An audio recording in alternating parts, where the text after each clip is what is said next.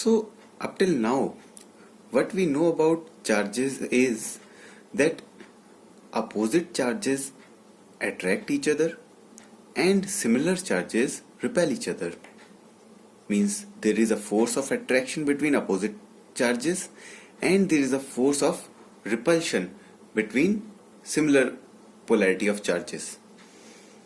But we do not yet know what is the magnitude of that force which is applied on these charges. If the force is attractive, what is the magnitude of that force in newtons?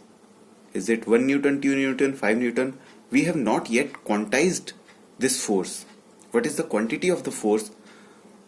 And we do not know yet what are the parameters on which this force depends.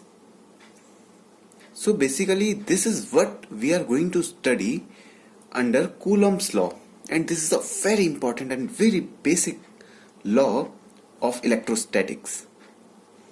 It tells you the magnitude as well as direction of force. Because force is a vector, it has a magnitude and a direction. So Coulomb's law tells us the direction and magnitude of force that is applied on a charge due to some other charge. Suppose these are two charges.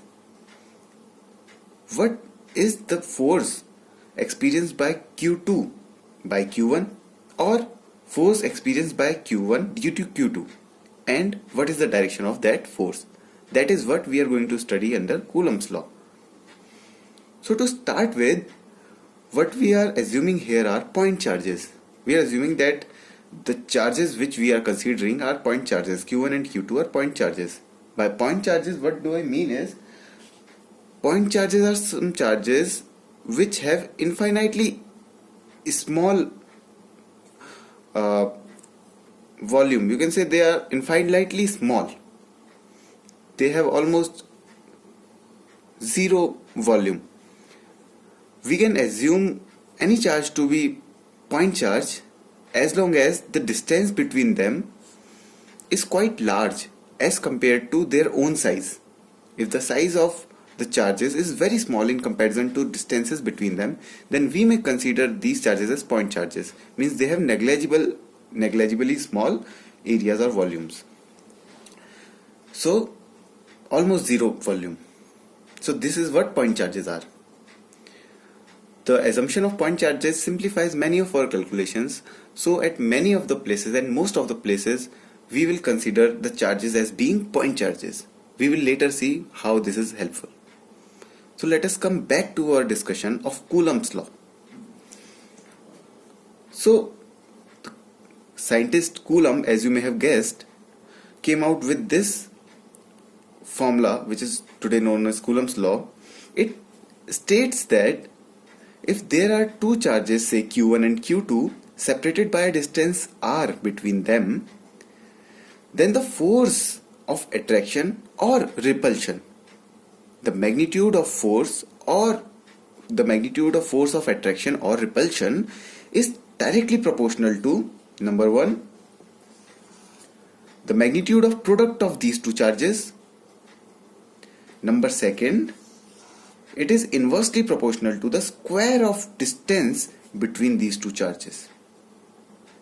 So it is directly proportional to the product of two charges, magnitude of product of two charges, and it is inversely proportional to the square of the distance between them. Means as the charge magnitude increases, the force experienced by these charges will increase, and as the distance between these charges increases, the force experienced by these charges will decrease.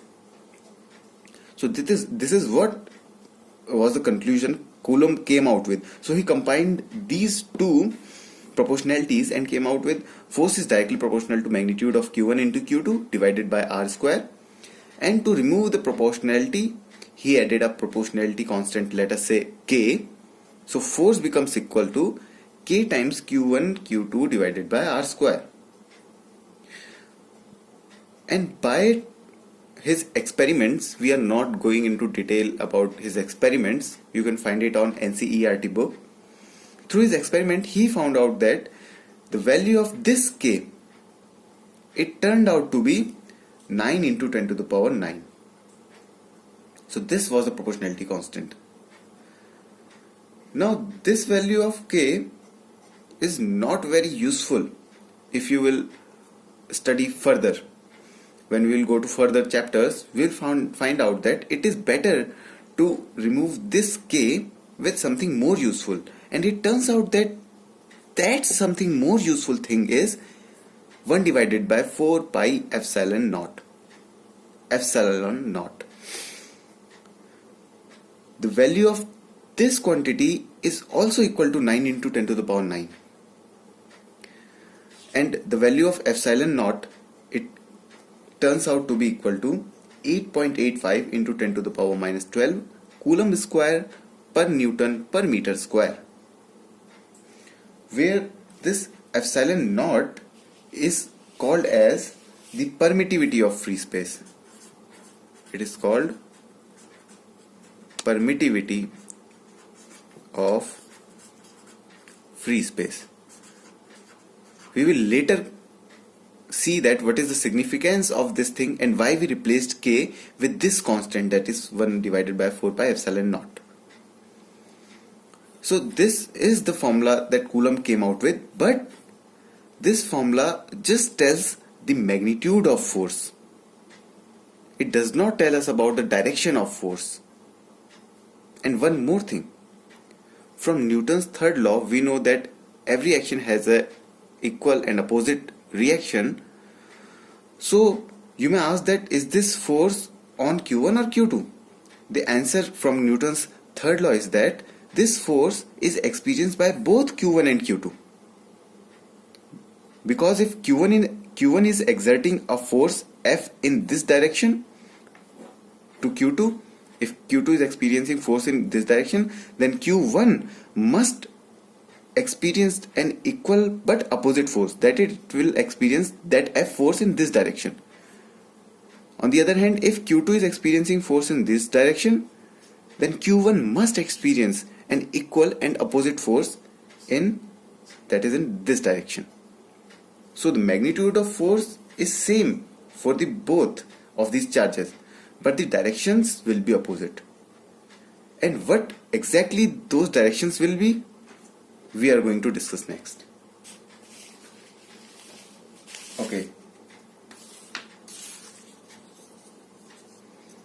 Okay, that thing, you know, that epsilon naught I just told you is called as the permittivity of free space. Okay, so but what is the direction of force? Means these are two charges. What is the direction of force? So we know that if the charges are having same polarity, then they repel. Means if Q1 and Q2 are both positive or both negative, then they will repel. Means the force on Q2 will be in this direction. Hence, the force on Q1 will be same in magnitude, that is F, but opposite in direction from Newton's third law, because every action has an equal and opposite reaction. Similarly, if there are opposite charges like Q1 and Q2, if one is positive, one is negative, say, they will attract. Means force on say Q2 is in this direction, and hence force on Q1 is in this direction, that is in a direction opposite to that of Q2. So this conclusion that we made about the direction of force is from our basic understanding of charges and the direction of forces experienced by positive and negative charges, that we already know. These things we already know. But how do we incorporate this fact? By this fact I mean the opposite charges attract and similar charges repel. How do we incorporate this fact into this equation? How do I change this equation to incorporate this fact that opposites attract and similar repel?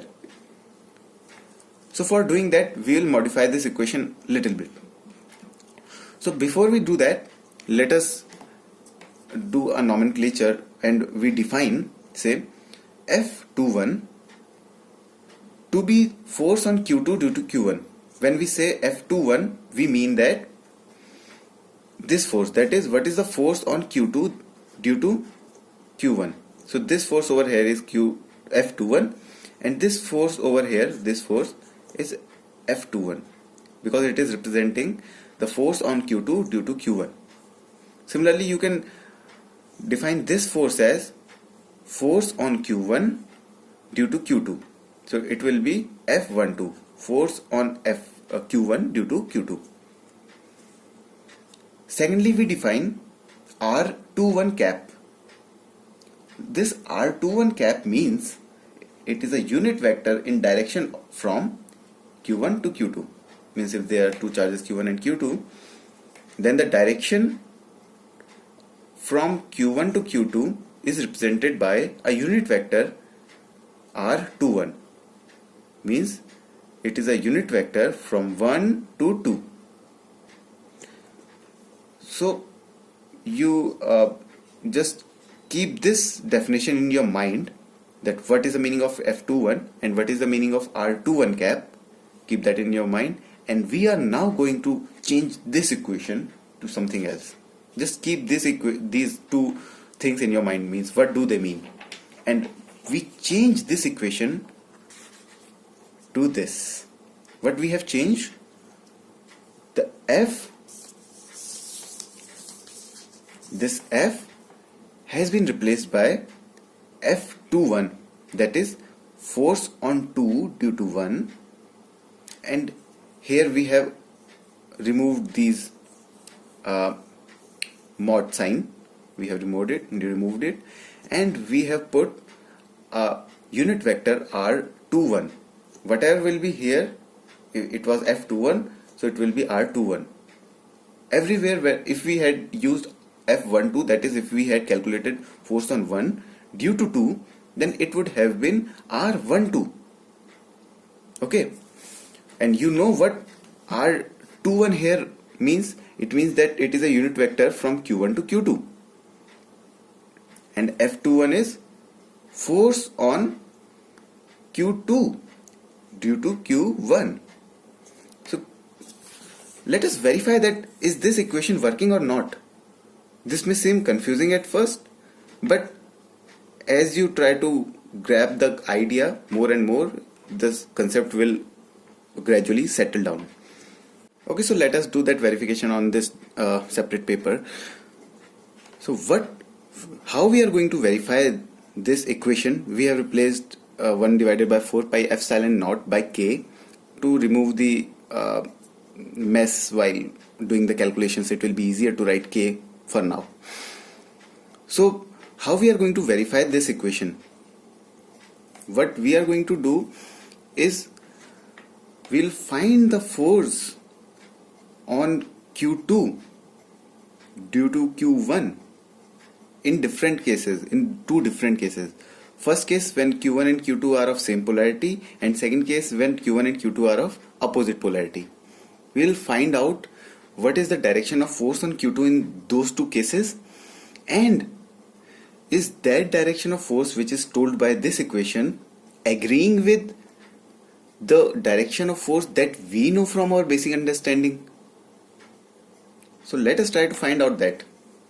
We will consider this diagram for our for easiness of. So let us verify that equation in this separate paper. We have replaced 1 divided by 4 pi epsilon naught over here by k. It will be easier to do calculations with simply a k here. Also, I have drawn two charges and marked the directions of unit vector R12 and R21. So it will be easier for us to look at this figure while doing the calculation. So how we are going to verify this equation? We will just consider two cases. First case when Q1 and Q2 are of opposite polarity, and case 2 when Q1 and Q2 are of same polarity. We will find out which direction of force is given by these equations. Basically, this unit vector is telling us the direction of force. We will find out the direction of force from this equation and verify, cross-check if this direction is agreeing with the basic understanding of force that we have already let us try to find out taking case 1. Suppose Q1 and Q2 are of opposite polarity. So multiplication of Q1 and Q2 will turn out to be negative because one is positive, one is negative. We do not know which one is positive and which one is negative, but one is negative and one is positive, so there will be a negative sign over here when we multiply these two charges. K will remain as it is, R will remain as it is, R21 will remain as it is, because as I told you from the formula, whatever will be here also. Means F21 is here, so R21 will be here, so it will remain as it is. Now what we do, we take this negative charge from here with this unit vector R21. So we write it as minus R21 cap. And you may be knowing that whenever you negate a unit vector or a vector, whenever you put a minus sign with a vector, its direction reverses. Means if R21 was in this direction, a minus R21 will mean in this direction. So R21 will become R12. So minus R21 will become R12. Means the direction initially was here. If we put a negative sign with this vector, it will point in this direction. Hence what we have finally is, when two opposite charges are placed, then the force on charge Q is in direction R12, and R12 is what? In this direction. Means the force experienced by Q2 will be towards the Q1. And basically this is the same thing that we already know. What we already know is, when two charges are of opposite polarity, then they are attracted towards each other. Means force on Q2 will be towards Q1. That thing we already know. And this equation also told us the same thing. Means this equation holds for this condition when opposite polarity charges are placed. Now let us try to verify it for second condition, that is when both the charges are of same polarity. When both the charges are of same polarity, then Q1 and Q2, if both are positive, the product will be positive. If both are negative, again the product will be positive, because negative and negative multiplied gives positive. So this equation is not going to change in case of both charges being of same polarity. So we will write F21 equals K Q1 Q2 divided by R square multiplied by R21 cap. So from here what you see is, the force on 2 due to 1, the force on Q2 due to 1 is equals to this thing in direction of R21. What is the direction of R21? This is the direction of R21. Hence the force will be in this direction on Q2. Is this direction of force same as we had expected? Means if both charges are same, we know that they will repel. So force on Q2 must be away from Q1. Means it must be in this direction. And it is the same direction which is indicated by this equation also. This equation is also showing that the direction of force will be in this direction. Means this equation not only tells us the magnitude of force, but also the direction of force which is experienced by a charge. Hence we have verified for both the cases that this equation holds true. This part tells us the magnitude of force, and this magnitude will be same for both the charges Q1 and Q2. But the direction of force will depend on whether we are calculating force on Q2 due to Q1, or we are calculating the force on Q1 due to Q2. If we had been calculating force on Q1, then the equation will just change. Here it will be F12, here it will be R12 cap, and we will do the calculations as the same as these, and we will again come to the conclusion that this equation is telling us the correct direction of force, which we already know, that opposites attract and similar polarity charges repel. Hence this equation is correct, and this is the Coulomb's law, the famous Coulomb's law, and it will find a lot of applications as we move on. Now just to summarize, the Coulomb's law states that the force of attraction or repulsion between two charges, or I must say 2 point charges, is directly proportional to the product of both charges and is inversely proportional to the square of distance between both charges. This formula gives the magnitude of force that is experienced by both the charges. Both the charges will experience the same force, but the direction will be opposite to each other. Now what will be that direction is given by this equation. Now this equation has F21 here, then R21 will be here. If it was F12, then R12 will be there. Keep that in mind. What do F21 and F12 mean, and what do R21 cap and R12 cap mean? And this K has a value of 1 divided by 4 pi epsilon naught, where epsilon naught is the permittivity of free space. Why we are using this value instead of K, we will later find out, and we will appreciate the fact that we are using epsilon naught, and that will be used at many places in this whole course. Epsilon naught is a very useful quantity, the permittivity of free space. So this is basically Coulomb's law. And there is really not much need to fear from this mathematical form of Coulomb's law. It may seem a bit complex because it involves direction, vector, and F21, F12.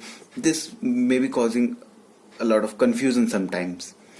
But basically this is the mathematical form of Coulomb's law. While doing calculations, mostly you will not use this equation. You will mostly use just this equation.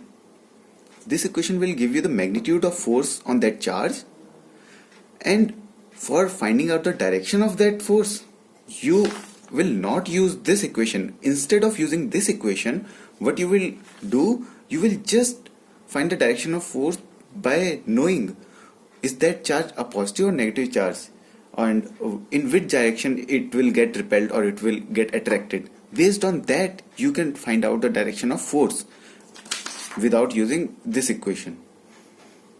So don't fear from it. It is just complete form of Coulomb's law. That is why it is discussed, because it gives the complete form of Coulomb's law. It is just the magnitude part. It is the complete part. But for doing calculations, this will be more convenient for you to use. For example, look at this problem over here. Here we have a coordinate system, coordinate axis, x-axis, y-axis, z-axis. On z-axis, we have two charges, 1 microcoulomb, positive 1 microcoulomb, and positive 3 microcoulombs. They are separated. Now let us consider this simple problem. We have two charges of plus 1 microcoulomb and plus 3 microcoulomb placed on x-axis. We have three coordinate axes here, and on x-axis we have two charges, 1 microcoulomb and 3 microcoulomb, separated by a distance of 1 meter. We have to find the force on each of the charge and direction on each of the charge. That is, we need to find force and direction for both of these. What we do? We know first of all that force on both of these charges is going to be equal. So whether it is this charge or this charge, the force magnitude is given by, as I told you in earlier slide, is given by 1 divided by 4 pi epsilon naught q1 into q2 divided by r square. We know this value over here has the value of 9 into 10 to the power 9. q1 is 10 to the power minus 6 coulombs, 1 microcoulomb, and q2 is 3 into 10 to the power minus 6, that is 3 microcoulomb, and r is 1 meter. When we solve this, we get 27 into 10 to the power minus 3 Newton, that is 27 millinewtons. So this is the force experienced by both of these charges. It will also experience 27 millinewton, it will also experience 27 millinewtons. But what will be the direction of force? So these are of similar polarity, so they will repel each other. Means 3 microcoulomb will have force in this direction, that is plus x bar direction or plus x cap direction. This is the unit vector in x direction basically. unit vector in y and z direction are given by y cap and z cap. But here the direction of force on 3 microcoulomb is in x head direction, and force on 1 microcoulomb is in negative x axis, that is the unit vector in minus negative x axis is given by minus x head. So we combine the magnitude and direction for both the charges. So for 3 microcoulomb charge, the force will be 27 millinewton and the direction will be x head. For 1 microcoulomb, the magnitude will be 27, but the direction will be minus of x head Newton meter. So in this way, you can find out the force between two charges. So this was a relatively simple task of finding force between two charges, means when only two charges were involved. In case more than two charges are involved, how do you find the force on one charge due to all of the different charges? Means how do you find force due to multiple charges? That is what we are going to discuss in the next lecture. We will find that these all different charges will apply some force on this charge, and the force on this charge will be the superposition of all these different charges combined. How that is done, we will see in the next slide. So let us now consider this problem of finding the force on a charge when there are more than two charges involved. Suppose we have three charges placed on the vertex of an equilateral triangle Q1, Q2 and Q3. The side of the equilateral triangle has length L. Now suppose we need to find the force on charge Q1 due to Q2 and Q3. How do we proceed? So here the concept of superposition will come to our use. What do that principle of superposition states? It says that force on any of the charge is equal to the sum of forces exerted by the individual charges. Means if we want to find the force on Q1, then it will be equal to the sum of forces exerted by Q2 and Q3, and they are not added just as scalars, they are added as vectors. Means we have to do vector addition, like we may need to apply parallelogram law to find the resultant vector. So let us just try to look how this principle of superposition looks. So suppose these Q1, Q2 and Q3, all of three charges have equal magnitudes, that is plus Q. So because these are of same polarity, there will be repulsion. So suppose at Q1 we will have the direction of force due to Q2 as this direction. Say the force magnitude is F.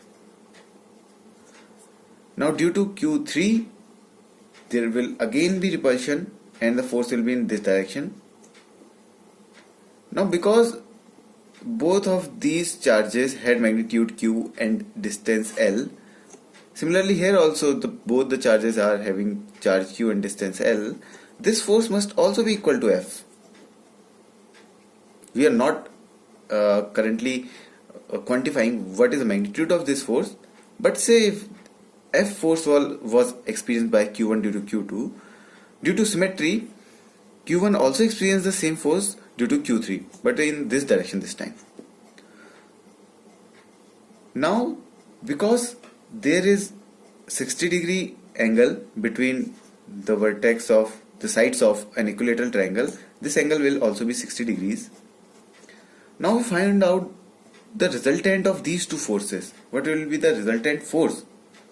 So you know from parallelogram law, the resultant force is equals to under root of F1 square plus F2 square plus 2 F1 F2 cos theta. Here F1 and F2 are equal and they both are equal to small f. F square plus F square plus 2 F1 into F2 again give F square, and cos theta, we have cos theta is equals to 60 degree. So cos 60 is 1 by 2. So cos theta, yeah, that is cos 60 will become 1 by 2. 2 and 2 cancel. What we will get is under root 3f square, that is under root 3f.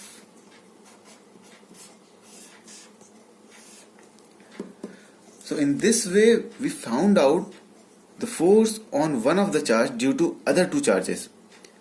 How did we find out this force?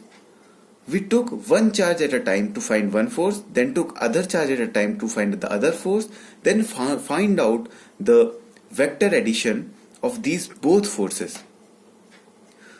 So this concept of taking one charge at a time and then adding all these different forces taken one at a time to find out the force on Q1 is what is called as superposition. Superposition of forces means there was one force due to this charge, one force due to this charge. Maybe if there was one charge here, there would have been one force due to that charge.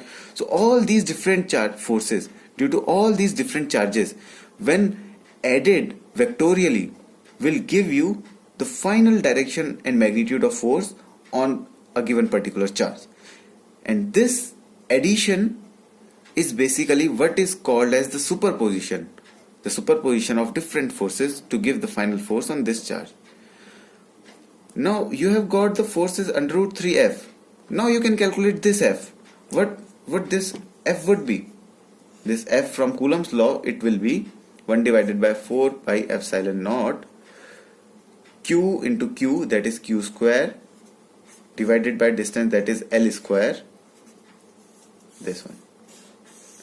This would be the value of f. And if you multiply it with root 3, you will get the force. Means the magnitude of force will be, f will be root 3f. Similarly, given any arrangement using some geometry and trigonometry and using parallelogram law, you can find out the force on any one charge due to the distribution of all the other charges. So this is basically what the principle of superposition is, to find out the force on any one of the charge due to the distribution of charges around it. Okay, one more thing. Here we have just found out the magnitude of force. We have not found out the direction of force due to these two forces. But due to the symmetry here, we can easily tell that the direction of the addition of these two forces will be somewhere just in mid of these two forces. Somewhere here. This will be capital F. And this capital F would be making 30 degree angle with this F and 30 degree angle with this F. So due to symmetry reasons, we could easily tell that the force direction will be somewhere just in between F and this F. Exactly in between these two forces due to symmetry reasons. If these forces were not symmetric, means these magnitudes were not equal, we would have used some other formulas to find out the exact direction of that force.